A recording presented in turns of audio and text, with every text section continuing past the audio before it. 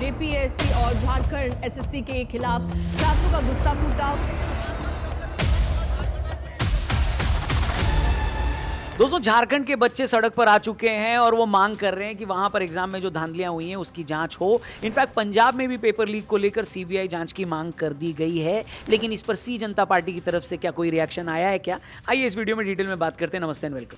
दोस्तों, सरकारी नौकरी पाने की अंधी दौड़, जिसमें ईमानदारी से दौड़ने वाले स्टूडेंट्स के पैरों में पेपर लीक और सिस्टम के भ्रष्टाचार की बेड़ियां डाल दी गई है। जब एक स्टूडेंट किसी कॉम्पिटिटिव पेपर या कॉम्पिटिटिव एग्जाम की प्रिपरेशन करता है ना, तो वो केवल किताबें नहीं पढ़ता, बल्कि वो अपने परिवार के सपनों, माता पिता की गाढ़ी कमाई और अपनी लाइफ के कई कीमती साल उस एग्जाम के नाम कर देता है। लेकिन होता क्या है, जब एग्जाम हॉल से वो बाहर निकलता है तो पता चलता है कि जो पेपर देकर आया है वो एक रात पहले ही सोशल मीडिया पर बिक चुका था।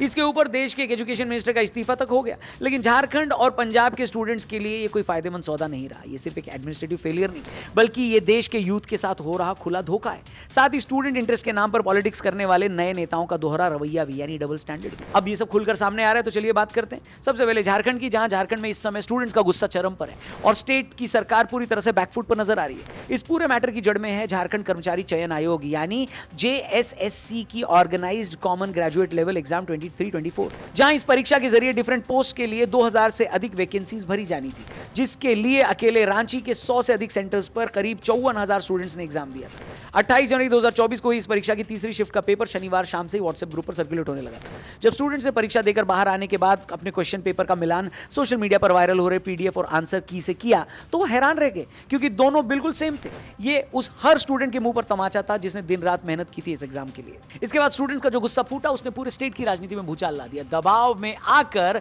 जेएसएससी ने 28 जनवरी की तीसरी शिफ्ट की परीक्षा रद्द कर दी, लेकिन स्टूडेंट्स का गुस्सा शांत नहीं हुआ। हजारों की संख्या में students Namkum Ranchi situated JSSC headquarter के बाहर जबरदस्त विरोध प्रदर्शन उन्होंने किया। स्टूडेंट्स का साफ कहना है कि यह कोई छोटी मोटी चूक नहीं है, बल्कि बहुत बड़ा रैकेट है जिसमें सफेद पोश और बड़े अधिकारी शामिल हैं। स्टेट की सरकार ने इस मामले में जांच के लिए एसआईटी का गठन किया है, जिसने विधानसभा के अपर सचिव और उनके बेटों को गिरफ्तार भी किया। लेकिन स्टूडेंट्स इस कार्रवाई को महज दिखावा मान रहे हैं। स्टूडेंट्स और विपक्ष की मांग है कि इस पूरे मामले की सीबीआई जांच कराई जाए। उनका मानना है कि एसआईटी राज्य की सरकार के अधीन काम करती है, इसलिए वो सत्ता में बैठे हुए लोगों और मंत्रियों तक कभी पहुंचेगी नहीं। स्टूडेंट्स का गुस्सा तब और भड़क गया जब जस्टिस मांगने वाली इन हजारों यूथ पर पुलिस ने लाठियां भांजी। हद तो तब हो गई जब झारखंड पुलिस ने 4000 अननोन स्टूडेंट्स और कई नेताओं के खिलाफ शायद कार्रवाई की भी बात की है। जिन स्टूडेंट्स के फ्यूचर की हत्या हुई है, उन्हें ही उल्टे दंगे और सरकारी काम में बाधा डालने का केस थोप दिया गया है। इसी इनजस्टिस और सरकारी सिस्टम की नाकामी के कारण झारखंड का यूथ आज सड़कों पर उतरने को मजबूर है और अपने हक की लड़ाई लड़ रहा है। पर यहां पर सवाल यह है कि झारखंड में तो भैया कांग्रेस के समर्थन की सरकार है, तो इस पे प्रियंका जी और राहुल जी क्यों नहीं बोल रहे हैं? बताइए। बोलो बोलो, टेल। साथ ही इस बात पे सीजेपी वाले कहां हैं?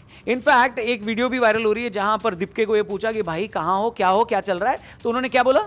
उम्मीद करता हूँ अगर मीडिया मुझे ज्यादा परेशान ना करे अगले 1-2 दिन, तो जो मेरी नॉर्मल लाइफ थी पहले, वैसे थोड़े दिन के लिए मैं नॉर्मल लाइफ जी पाऊँ। क्या बात है। तो यही देश के ऑपोजिशन से भी और ये सी जनता पार्टी के लोगों से भी ये पूछा जा रहा है कि भाई ये बताओ कि आप लोग तो बड़ा दिल्ली में आकर यहाँ पर आप लोगों ने प्रदर्शन वगैरह किया था, लेकिन क्या दिल्ली के स्टूडेंट है? क्या नीट का एग्जाम है? क्या और भी राज्यों के स्टूडेंट्स और उनके एग्जाम्स इंपॉर्टेंट नहीं है? तो उस पर ना विपक्ष बोल रहा है, ना राहुल गांधी जी प्रधानमंत्री के घर के बाहर जाकर धरना दे रहे हैं, ना प्रियंका जी बोल रही है, और ना ही दीपिका और उनकी पार्टी कुछ बोल पा रही है। इसलिए सी जनता पार्टी को लोग ये कह रहे हैं कि भैया आपने तो यहाँ प्रदर्शन कर दिया, अब बाकी स्टूडेंट्स को आप क्या सी समझते हैं जो इनके लिए प्रदर्शन नहीं हो रहा है, आवाज नहीं उठ रही है?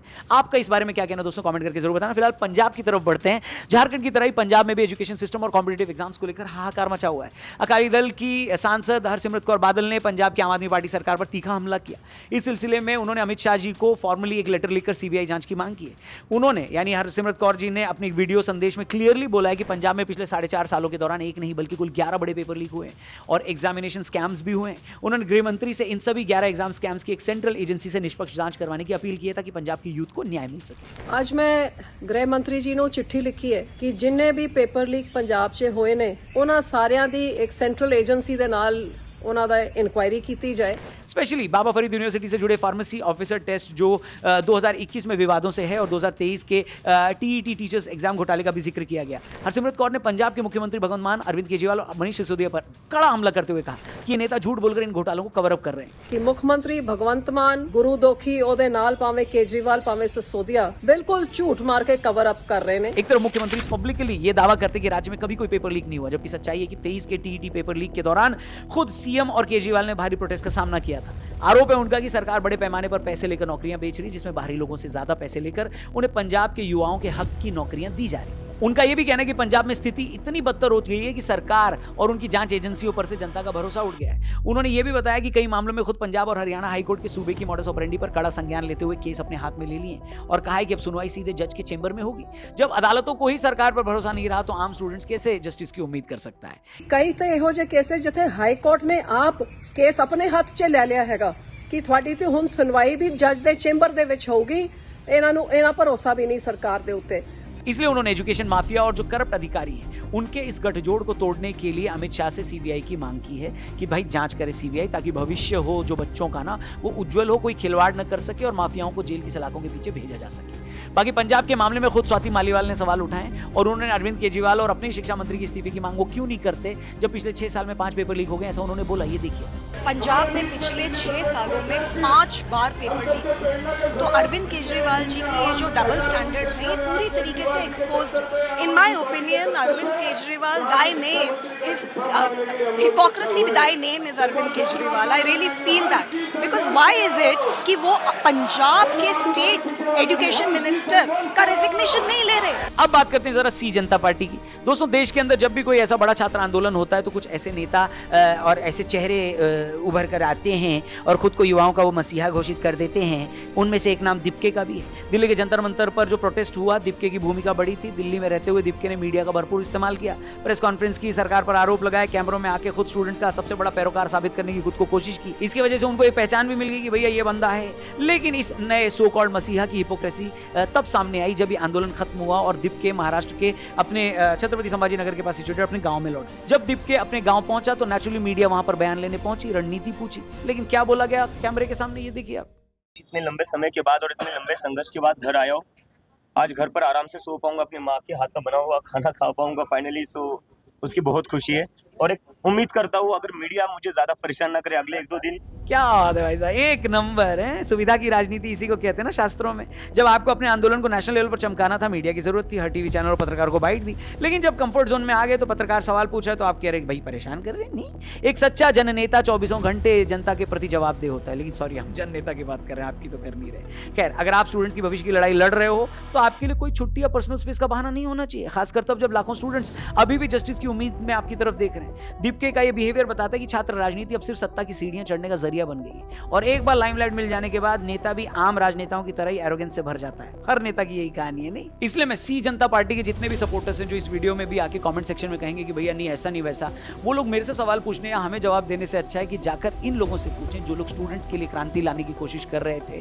शिक्षा मंत्री का इस्तीफा भी लिया लेकिन सिस्टम बदलने के लिए ये लोग कोई आगे नहीं आया अभी तक। क्यों? क्योंकि अगर आते तो पंजाब में भी जाते, झारखंड में भी जाते, वहां के स्टूडेंट्स का भी साथ देते। अगर देंगे तो हम अप्रिशिएट करेंगे, नहीं देंगे तो सवाल तो हम पूछेंगे। तो मैं बच्चों और स्टूडेंट से पूछना चाहता हूं, ये सी जनता पार्टी के लोगों से आप ये सवाल पूछेगा कि वो इस वक्त कहां है, झारखंड के मुद्दे पर और पंजाब के मुद्दे पर भी। बाकी चाहे बात झारखंड के जेएसएससी सीजीएल परीक्षा की हो या पंजाब में हरसिमरत कौर बादल द्वारा उठाए गए 11 बड़े परीक्षा घोटालों की, या फिर स्टूडेंट्स के नाम पर अपनी राजनीतिक रोटियां सेकने वाले दीपके जैसे नेताओं की, इन सब के बीच अगर कोई पिस रहा है तो केवल और केवल आम स्टूडेंट्स हैं। ये धोखा सिर्फ एक पेपर रद्द होने का नहीं है, ये धोखा उस फाइनेंशियल, मेंटल और सोशल एक्सप्लॉयटेशन का है जिससे एक स्टूडेंट गुजरता है। एक ऑर्डिनरी मिडिल क्लास या गरीब परिवार का स्टूडेंट किसी बड़े शहर में जाकर हजारों रुपए का कमरा किराए पे लेता है। माता पिता अपनी खेती गिरवी रखकर, लोन लेकर या पेट काटकर उसे हर महीने पैसे भेजते हैं। स्टूडेंट दिन रात एक करके मेहनत करता है, सालों तक पढ़ाई करता है और एग्जाम वाले दिन उसे पता चलता है कि लाखों रुपए में किसी अमीर या रसूखदार आदमी के बेटे ने वो पेपर खरीदे। ये सिर्फ करप्शन नहीं है बल्कि मेरे हिसाब से देशद्रोह है जो देश के भविष्य के साथ होता है। आप दोस्तों कमेंट करके बताइएगा। 3 लोगों से मेरा ऑब्जेक्शन है जो झारखंड और पंजाब में भी हो रहा है। पहले वो यूट्यूब के जो पत्रकार जो दिल्ली वाले केस में इतना आगे बढ़ चढ़ कर आए थे, क्या वो झारखंड और पंजाब के केस को भी उतना दिखा रहे हैं?